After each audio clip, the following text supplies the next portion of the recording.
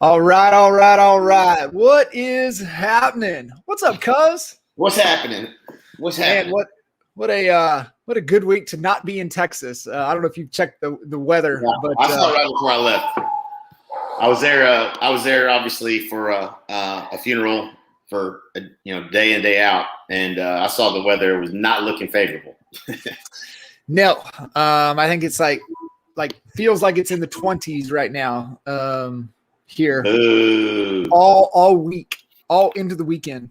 Yeah, I think. Let me see. Let me just check the weather here in Puerto Rico and see what's shaking here this week.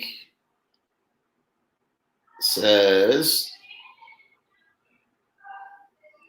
yeah, it's pretty much. You probably won't be able to see that, but it pretty much doesn't change. It's just like 75 to 77 every morning at 61 degrees. Perfect for that morning. Get out there and hit the loop. We get rain and snow mixture, and our high next week is 25. So we gotta, for us here in Texas, that's not good. We don't like that. Yes, sir. At all. Oh man, we got a lot we can dive into. Appreciate you guys jumping in.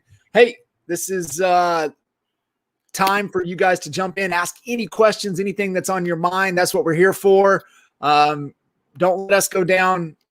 We can go down a bunch of different rabbit holes. So yeah, throw some questions. Bring the questions. Bring the questions.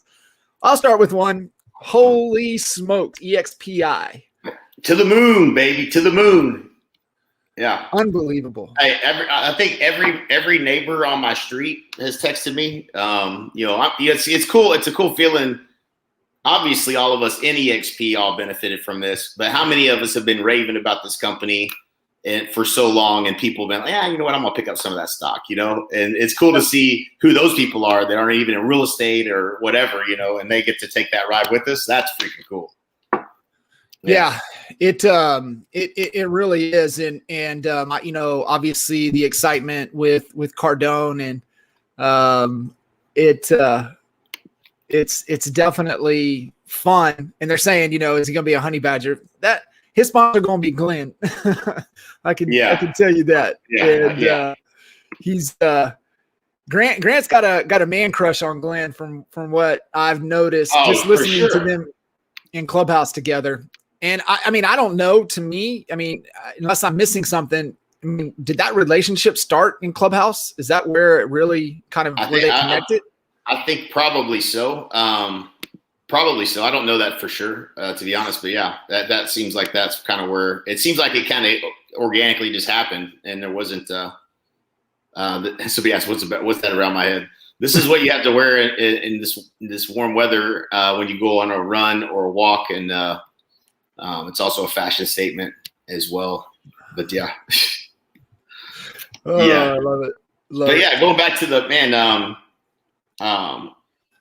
Yeah, I mean, we can talk candidly. I think hopefully, I mean, I love what I love about it is what Grant sees. Like, if you listen to the interview, why is Grant interested in EXP? He ain't out there selling real estate. Why is he interested? And I'm curious what is the consensus out there? What do you guys think? Why do y'all think Grant Cardone got excited about EXP? Yeah, unless somebody told him to buy the stock a year ago, you know what I'm saying? Which, that might be also the case. What does he see in this business model that he is so excited about? And that's what if you're smart people, get it. You know what I'm saying? They see it. And I'm just curious what other people are thinking. Yeah. Put in the comments if you got an idea there. Yeah. And, one of the initial conversations that they had that was able to kind of connect with in Clubhouse, they were, where they were chatting, and, Cardone just asked him, what is it? And how amazing, Glenn is. And he just put it simply, it's the model. That's as simple as he could, really distill it down to. And so that was key. And I saw somebody, make a post, and I haven't listened to any of the other conversations, but they said, EXP is the Amazon of real estate. Well, let us take you back to the conversation that you and I were very fortunate enough to have in Fort Lauderdale at lunch, sitting across the table from him in Jason Gessing. And when he was sharing the vision, he stated that exactly. That was 4 years ago when we were able to sit there. Thank you, Mr. Brent Gove and Al and everybody that helped set that meeting up. But it was he said it right then, and then fast forward, what was it, a year, 2 years later, sitting in Orlando, and I remember texting you. I was like, this dude is executing on the vision exactly what he said he was going to do. He was doing it. Yep. So it really is amazing to see and just having to hear that from him and being able to see it live out. And that's why the vision is so powerful, right? We talk about it all the time, and that's kind of what we coach to and aligning what's the vision, and are you getting your team around it to execute and pursue that vision? Good stuff, man. What I got something I want to share here in a second here. So let's see if anybody throws any comments in here, and then I might, if y'all are good today, I might even share my screen and show y'all something nobody's seen. Only a couple of people seen. I do I do want your thoughts on. I would love your advice. There are a lot of new millionaires now because of this company, and ideally on the stock side of things. There are clients that I still coach personally that made the move over to EXP with us when we moved 3 years ago, that have 10,000 plus shares of EXPI stock. Right. Do the math. Yep. So what advice would you give for them? Right steps? Who do they need to connect with? They need to understand how to manage that and not, because a lot of them ain't living in Puerto Rico. And, if they touch that, what happens? Capital gains, like how bad of a situation can they get in? So that's just kind of been on my mind to where I feel like we owe it to have that conversation out there that they need to be smart. Let's have it. So there's two schools of thought here. And I'll tell you, one school of thought is, at some point, take some of your chips off the table, some of the profits that you've had in the stock. That's one school of thought. Another school of thought, which is one I'm going to subscribe to, and mostly because of some of the mistakes I've made in thinking. We're on the inside of this train. We ought to, of all people, know the best decisions to make, and it's still unbelievable to me. And that is we're going to call this the Step Brothers drum set approach to the stock. Don't touch it. Don't touch it. Leave it. Resist the urge to, oh my God, it's going to go down, because it is going to go down, and it's going to go up, and it's going to go down, and it's going to go up. But if you believe what I believe, which is this is the Amazon of real estate, nobody should have got out of Amazon early. Nobody should have got out of Netflix early. This is still early, and as crazy as the valuation looks, we're still very early in an a global opportunity that has, who knows what Glenn's going to cook up next too. That's the other thing, is we don't even know what he's up to, but he's a brilliant guy. He sees around the corner, and the next thing, if you don't think he understands the stock game, he understands the stock game, because this ride has been one thing after another that keeps driving the stock forward. It's just incredible to watch his brilliance. And so, don't touch it. Don't touch it.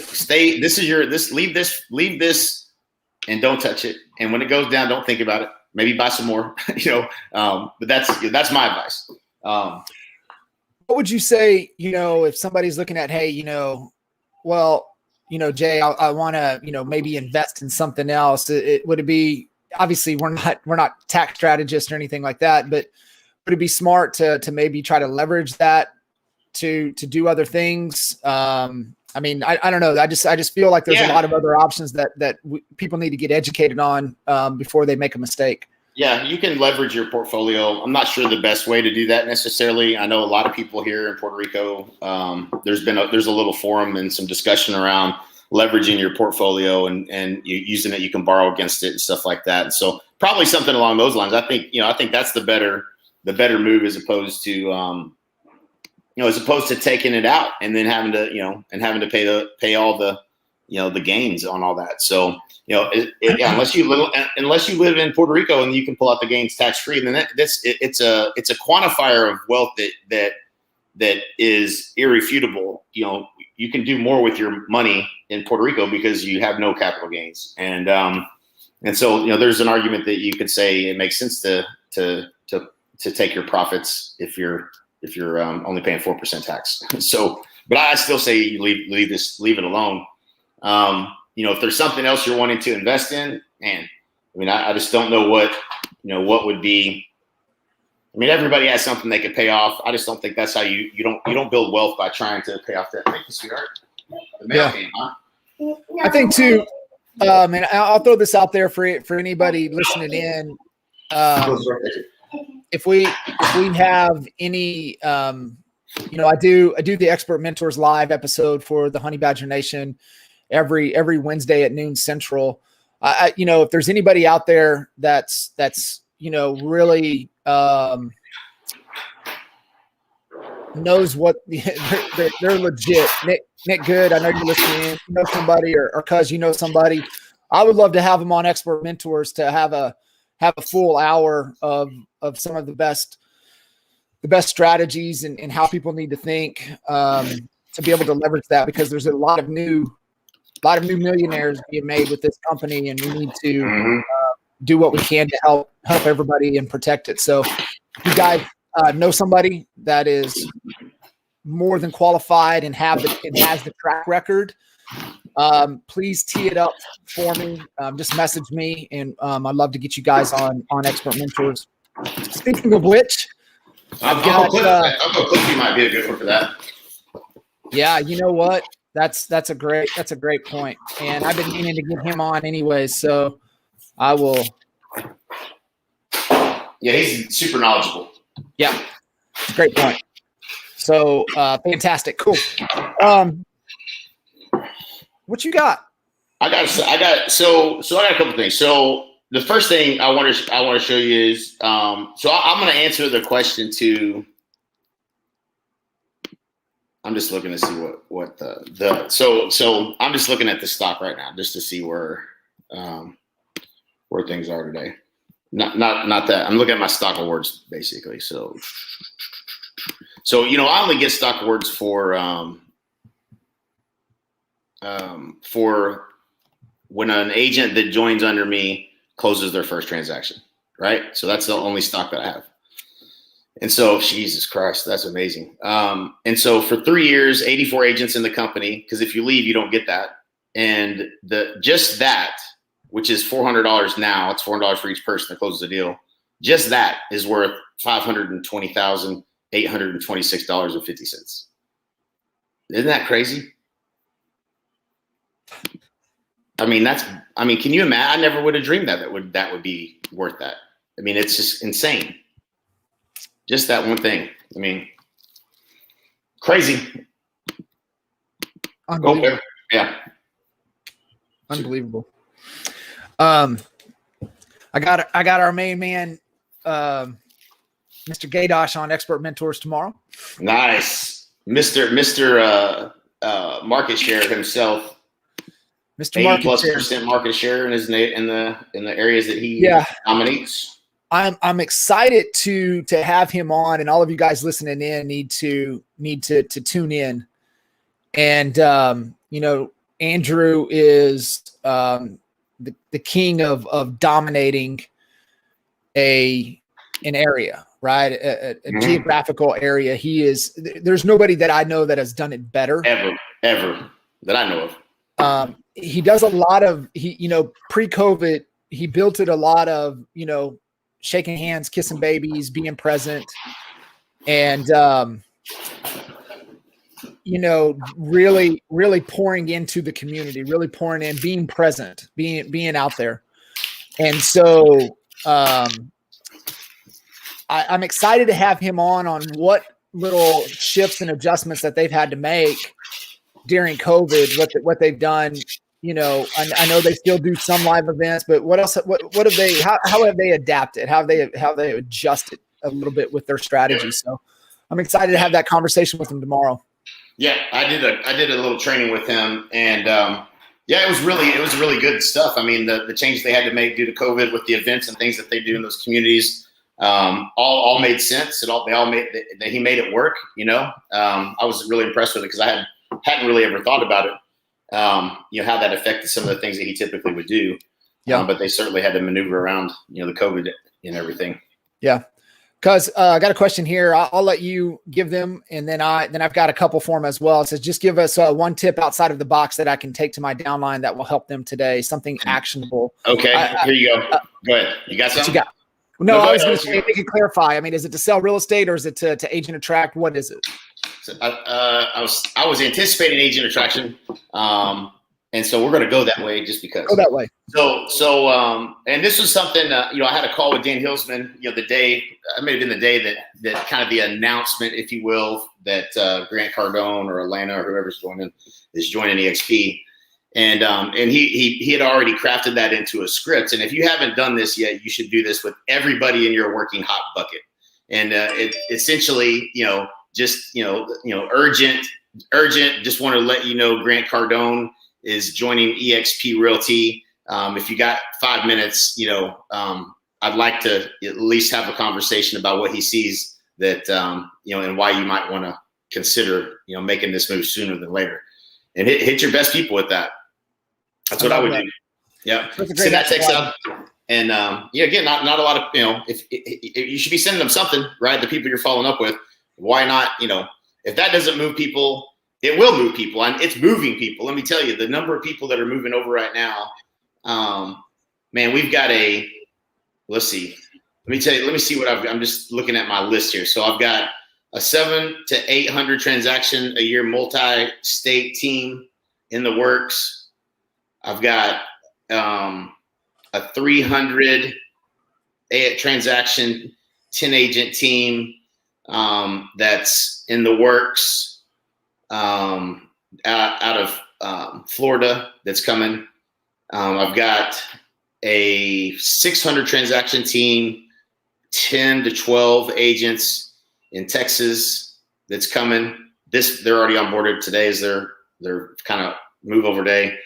Had a call last night with one of our honey badgers and a unbelievable rock star that's coming over with a 200 agent brokerage. Yeah. And yeah, man, it's just, and then the former #1 Keller Williams agent in the world is another one. So, I mean, crazy, you know, there's so many people still coming. I mean, it's unbelievable. Like you think, well, I think that's pretty much everybody, isn't it? No. There's still a ton more people that are coming. There's some young gangsters out there that are on their way up that just ain't quite there yet. Yep. That are pushing that 100 transaction threshold. As we know, when you hit that 100, that shit, lids off. Let's go. And there's a lot of those out there. So the actionable item for the downline to sell. One other thing too that I would incorporate what Jay just shared is I would also maybe incorporate that in a video text as well. Put some video, put some emotion behind it, some enthusiasm. Yes, that's a great. So leverage it with video. And so even like with sellers, like you're talking about on the selling side. And here's what I would say, guys. And I loved, you know, Nick said this. I had Nick on Expert Mentors right at the beginning of the year, I believe, and he said, "We ain't jacking with buyers. Buyers will be there. We're going 100% all in, all advertising, marketing, budget. Everything is directed to sellers, 100%. And I just honestly believe that you have to be listing focused. We've got a couple solo agents that had some of their best years ever last year. And one in particular that really just I loved her thought process was that every inquiry, she viewed everybody as a seller until they weren't. Yeah. And I don't know what the statistic is, but you know, people that are looking 60, it's almost 70%, mid 60% of the people that are looking for a home have a home to sell. So keep that in mind, right? We have to be, don't freaking, like, buyers will be there. You have to do anything and everything to get the offer conversation to sellers. It just has to be. I mean, geez, cuz there's almost as many homes active in Lawton that there are licensed agents. 200 and something is what I heard. That's what my dad was telling me. So say what? That's never been the case. It's never the case. And that's across the board. So I would say, following up with anybody and everybody that's in your database or pipeline that's there that you're nurturing on.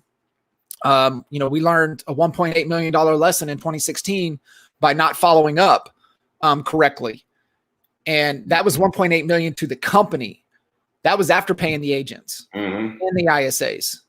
So nurture, we say it all the time. We know it's like, oh yeah, I get that. Well, stop looking for new shit. Do the stuff that we know we need to do that works. And we need to be loving and nurturing on the database, building those relationships, adding value, being there when they're ready to make the move. And I would incorporate as much video as I possibly can in that. The other thing I want to share, this was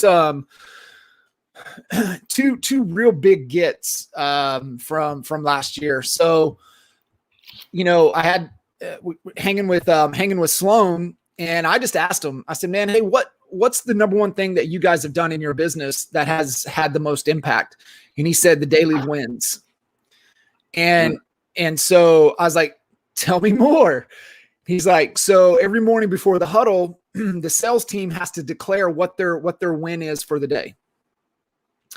And they have to declare, and it has to be within their control. It has to be measurable. And so remember, anything that's measurable has to be a number. So what's your measurement?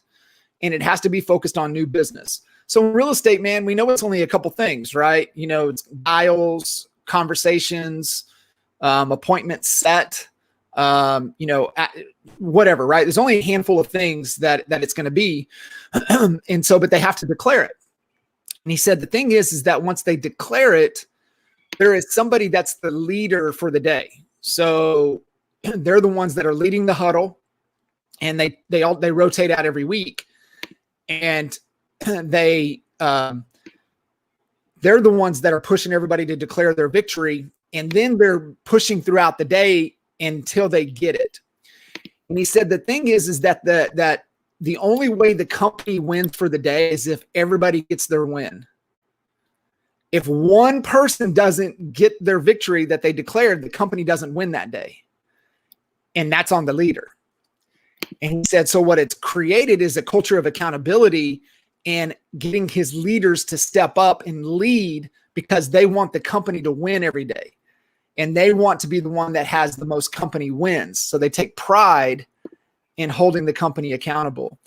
And he said it's a dramatic change in his culture. And I've shared that with a few of our other private clients, and it's made a world of difference. I know Steve and Kelly McCarthy, Steve's probably listening in. They adopted that. And he shared with me last week, he said, just the level of leadership within their organization has almost changed overnight by just a culture of accountability and just in a way to where it's not all on them, right? The leaders are cultivating within the organization, and that was my biggest gift for 2020, man. And thank you, Mr. Sloan, for sharing that. And it's been really powerful. We do it on the coaching side. Every morning we're all declaring kind of what our victory is for the day, and throughout the day, pushing each other to make sure we accomplish it. So it's fantastic. That would be my other action item for all of you guys.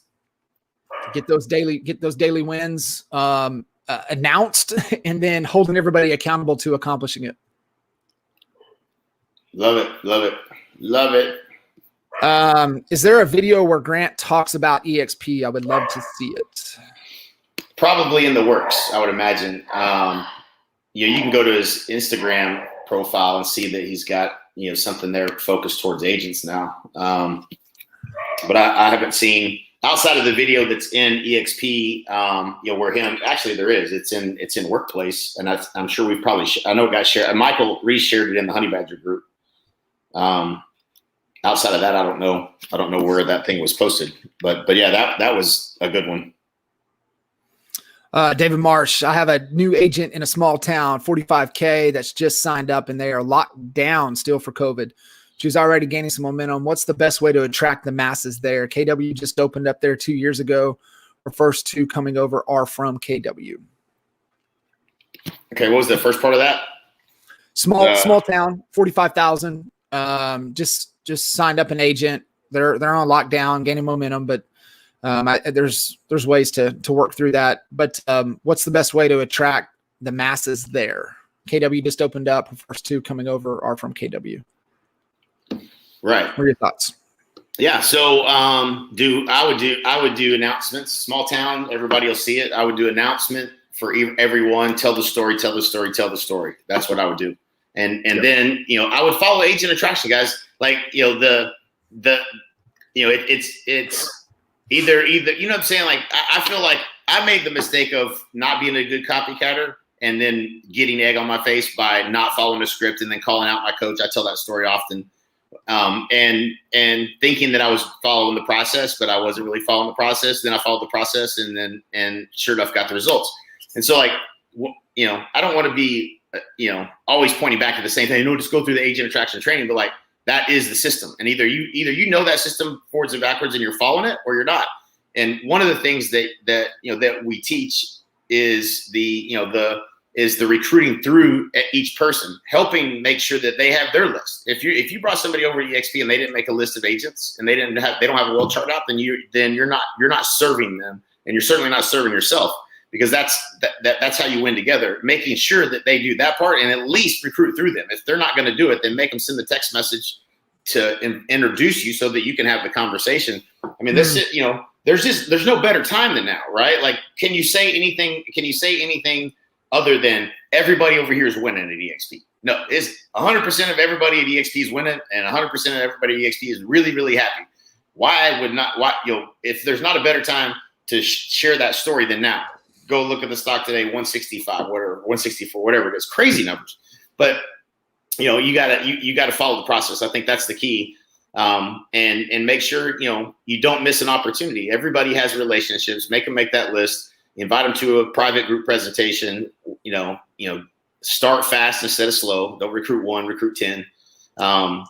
Getting people on the weekly calls. I mean, it's disappointing to me. It's sad to me every day that every Tuesday, every Thursday, 1:00 Central, I'm going to give the same presentation on how to double your business, how to add a new passive income stream, and how to create an exit strategy without having to pay a commission or a split to anyone or paying for coaching technology or training ever again.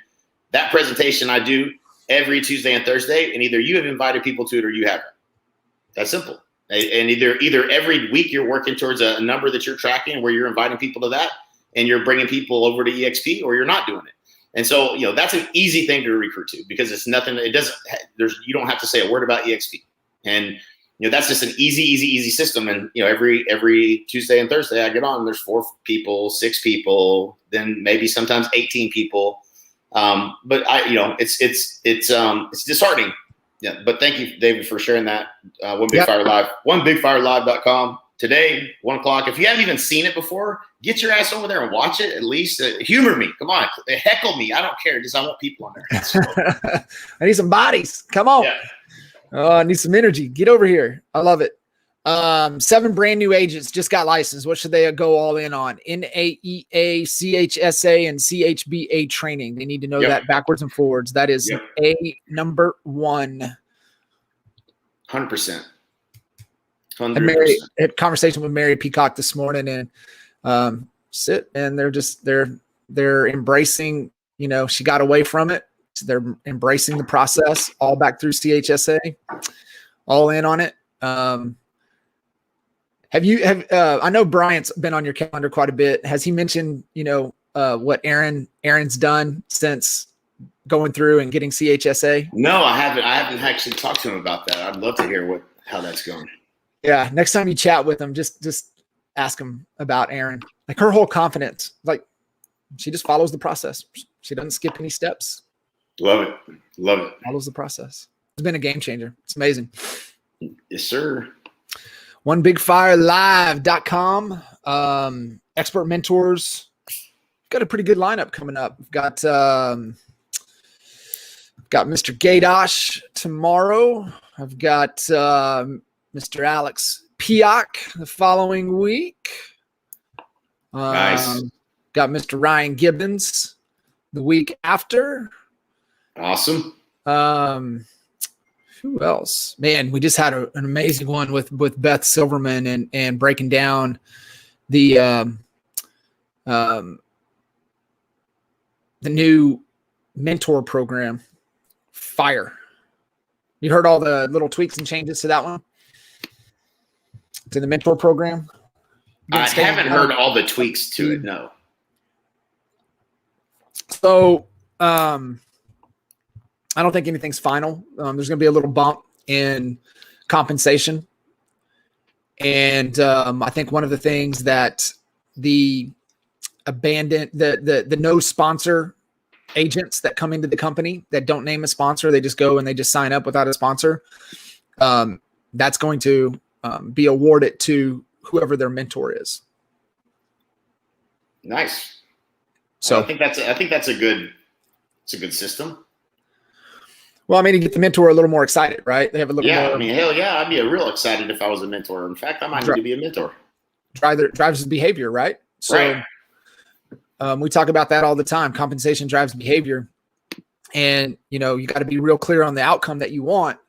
And then you got to make sure that income is compensation is aligned accordingly to drive the behavior you want. And a lot of people don't understand that and miss that. And so you want to make sure that is that's really, really key. So that was a huge change. So that was exciting to hear that. And David, yeah, it was fire. It was fire. And then, after I got Ryan Gibbons on the first Wednesday in March, I got Mr. Justin Nelson on. And thank you, Nick Good. That's all I can say. Justin and what they do over at Sphere Rocket VA, they're unbelievable. I'm excited for that conversation. We went the my outdesk route, right, with Pip and had a great experience with that company and what they were doing. But what Justin and their team, it's a whole nother level.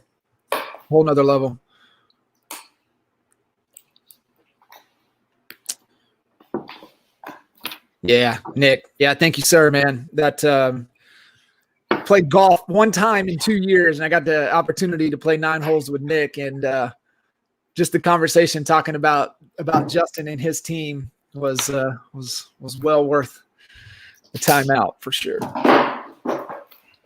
I still have not played golf here yet, which is sad. Well, when I'm coming, we're playing for sure. We definitely playing. I don't know if I told you this, bro. So I've got this chiropractor here, and those of you that know me know I've had nothing but back problems. The last 5 years have been horrible, but it was this dude he's magical, bro. Magical. I'm telling you, the dude changed my life. I would have spent every dime to move down here just to have that dude have fixed me. And it was all in my flexibility and my muscles, all of it. And he fixed me. I couldn't believe it. Unbelievable. It took him about 4 weeks, but I don't wake up in pain anymore. I mean, way. Dude. I feel 10 years younger because of it. I mean, it's that impactful, and I'm so blessed and happy to have met that dude. I've referred him to a ton of people already, but yeah. So I feel good, dude. Speaking of feeling good, bro, or not feeling good. Let's talk about. I saw the RV, man. So so that was some lessons learned on that one. What was I've learned a lot of lessons in the last since Friday. I've learned a lot of lessons since Friday. Stack them deep, man. So what you got? I'm a one and done RV man. So Holly said the same thing. One and done on the RV. I'm out, and it was good, man. Yeah, it's rough, and it's just not my. I like to spread out, so I need a little bit. We learned a lot, those that was the first crack at 100 miles. We did Bandera at the beginning of last year, which is 100K. Just as brutal. I thought nothing could be tougher than that course, and I was mistaken. And it was my fault. 100-0, my fault. Coach had the plan. She said, "Hey, you need this in your pack," and I was cruising. Man, I got around the first. So it's 5 20-mile loops. I get around the first loop. Not 20-mile loops. Oh my! 5 20-mile loops. I get around the first loop. 4 hours 10 minutes. I was like 35, 40 minutes ahead of pace, and had missed the timing with Holly, and then Danny's my next door neighbor. He's a freaking gazelle, and so I had they were bringing supplies up to the tent at the tent area there at the start finish line, and I was so far ahead that I missed them. And so I didn't have the gear there. And so the other mistake was that we didn't have a car. So where the RV site was to the start finish line was 1.5 miles. So not having all the supplies there. So I didn't get nutrients put back on, but there's aid stations. So I was able to, at least have nutrition, but it wasn't the nutrition that I had planned for, right? And so I get around the second loop, and I'm doing good. I'm about 420 on that loop, but I start to kind of clip some of the tree roots. Not bad, not stumbling, not nothing, but just starting, the legs aren't getting up as high, just clipping them a little bit. And I load up my pack, but I did not put and coach was very specific. This is why you should always listen to your coach, all of you listening in. She said, make sure you have your belt lamp. Like, she was really adamant about, get a belt lamp. Your headlamp will not be sufficient enough. Get a belt lamp. And because there's so many tree roots. Right. The thing about tree roots versus like Bandera has a lot of rocks. Rocks give way. Tree roots do not give way. What does that translate to? that's like the impact and the absorption on your feet. It goes back up your legs instead of kind of the rocks kind of move and give way a little bit. And so the last stretch coming out of the last aid station is a 6 mile, and it's the toughest part of the course heading back to the start finish line. And it has the most tree roots on the course. I immediately, headlamp comes on. I immediately start catching tree roots. Boom, boom, boom. I catch a couple on my right toe, and I'm like, okay, this is a problem. And then I get a little bit further in, and I'm about 1 mile from the start finish line, and I clip my left toe as hard as I've ever hit anything, and I go down. Oh man. And I knew right then I was in trouble, just because I could feel what it did to my toes. And we get back in, and I get in there, and Danny's waiting for me, and I change my socks. And I knew something. I take off my right shoe. My right sock is bloody. Bleeding. And then I get to my left sock, and I'm so disappointed. Holly's like grossed out by this. I'm so disappointed. It was the biggest red cherry blister that you will ever see in your life on my left toe. And I didn't get a picture of it. Oh man. So we had to go into doctor mode, and I did what you had to do, man. Took care of it. Got it. Duct taped both toes, new socks, new shoes. And, we headed back out, but and that was at what mile marker was that at? That was, coming in at mile 60. Jeez Louise. So I knew I was in trouble. We went back out for that fourth loop, and, we walked the whole time. Just a nice, slow, long walk in the dark woods. Yeah. So I got in, and I sat down at mile 80, and I was like, I did everything I could, man. I hit the gun on my legs. I changed shoes. I did everything, and I couldn't even stand. And with the 2 Ironman events coming up in April and May, I was like, I think I'm going to do more damage if I try to go. This was 2:00 in the morning, and it would have taken us. Because that last loop took us 6 hours. So first time around 4:10, 4:20, about 4:30, and then 6 hours. So that just tells you, lessons learned, man. One, listen to coach. There was some things on nutrition. There was some things being better organized. Definitely vehicle access. There was just bunch of little things that just an overall better strategy is going to be needed next time for sure. Was that on that first lap when you were there early? Were you feeling so good that you thought that it wasn't going to be detrimental to get the nutrients and that kind of stuff? Yep. Yeah. Yep. Got out a little ahead of myself, and it's a long day, and it's amazing how fast things can change. And literally that race changed within 6 miles, a 6-mile stretch. Right. Crazy, dude. You made it 60 miles further than me. I'll tell you that much. It was good, man. It was swelling was pretty bad yesterday. We think it's gone down a little bit, but definitely got some gnarly looking toes right now.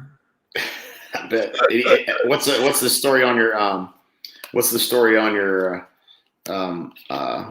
your toenails? One of them's almost black. It gonna come off. I'm surprised you have any toenails. They'll be gone. I'll lose 4. 4 will be gone. Oh man, 4 toenail race. Crazy. It is crazy. Love it, man. Good stuff, man. Well, congrats, dude. That's a hell of an accomplishment, regardless, and some good lessons learned. Lots of lessons learned. It was good, man. And got back, and got to watch the GOAT. How about that, man? Man, what an unbelievable leader, athlete. Man, just incredible. Inspiring. It really is. And just everybody saying his leadership in the locker room changed the whole culture. Mm-hmm. That's impressive. You know what I mean? And he willed that team, and they played their best football. I think defense won their first playoff game for them. Without that defense, they wouldn't have got by the first round. Right. And then it got better and better and better. It was wow. They dominated. It was amazing. 7 out of 10 Super Bowls. Pretty good. Not only the GOAT in football, but it's fun listening to the conversations. Yeah. All of sport. Right. Yeah, it's kind of hard to say he's not, in my opinion. Yeah. Look what he's done. It's crazy. I don't know. It was cool. Gronk, 2 touchdowns. Holy smokes! I looked at the first of the season. Gronk was like, "I'm just a blocking tight end." They had been throwing him the ball. He's like, "I'm just a blocking tight end. I came back to be a blocking tight end." Of course, I didn't have any targets. And then they started throwing touchdowns to him. It's good stuff. Well, cool. One last thing I want to throw out there to you guys, and it's just top of mind for us because we had our first kind of planning around this event coming up in September. This is kind of one of our it is our favorite event. Obviously with COVID last year, we weren't able to do it. This is in I believe our 10th actual year of Mastermind. We, typically it was, $25K a year to be in our Mastermind plus the travel. So I always said, if you're going to make all 3 events, factor another 15K. So, your 40K investment to be a part of Mastermind. And it's been life-changing. It's built some amazing relationships. We've seen, you look at, the Jeff Cooks, the Lars Hedenborgs, the Jason Secors, the Christy Moore, Jason and Tracy. There's just, there's a list. Michelle Trost Hall, Andrew Gadosh, Albie Stasic, Matt Curcio. We can go on and on and on. There's so many talented agents that have been a part of the Mastermind over the years. And it's definitely my favorite time. We do them in great destinations, but the all out at the event, people playing all out and just coming from a place of abundance and value and just trying to help everybody be better. It's an amazing room. And so, it's like, the best of the best in real estate, period. That's what it is. Man, it's amazing. So we've got that coming up in St. Thomas. You can get all the details at kinderrestasic.com. It's the September the 27th and 28th. It's a Monday, Tuesday. I know we'll be in a little before, trying to figure out if we're going to do something a little after. Obviously in St. Thomas. So you can't beat that location. We're at the Ritz. Highly recommend staying on site, staying on property, just the way that is set up. You're going to have to, get a Jeep or something, which not a bad idea, but you're going to have to cruise a little bit to get back in there where the Ritz is set up. So get on site with us, get registered, Kinder Stasic. We will be limited, and this ain't a scare BS marketing scare tactic. Yeah. We're legitimately limited on space just with all of what's going on with COVID, but also what's going on, how they're regulating things on the islands and keeping things pretty small and tight knit. So, who was I talking to? Well, I was talking to the Michael and Karen and Scott this morning, and they're obviously going to join us, and we were trying to get somebody to do a real hot seat like we used to do. Be really I like valuable. That. Yeah. I like really that. Valuable. Yep. Looking forward to that. Get your tickets. Don't wait. That one, when it sells out, it will be out. That's unfortunate. Can't do nothing about that. Yeah. All right. Cuz, great talking to you. Yeah, as always. Michael Sims, brother, if you're having trouble, connect with Holly at jkinder.com. I mean, you guys all know that. I said that just for everybody else's benefit. But if you're getting problems there with the room or the room block, get with her. And obviously we know the Ritz and the Ritz experience, but that team, especially there in St. Thomas, has been amazing. This will be our third mastermind event there at the Ritz, and they always over deliver. There's also, Michael, and for everybody else listening in, if you can't get on the room, there's the Ritz condos there. We've stayed there. That's kind of our favorite place to stay, even when we're, just going to the island, staying there in the condos. They've got 2-3 bedroom condos that are Ritz off the charts. So that's another option there, still on the same property as well. Cool. All right, cuz, we're going to keep rocking and rolling. Appreciate all you guys. Yeah. If you need anything, hit us up. If not, we'll see you guys on the next episode. See ya.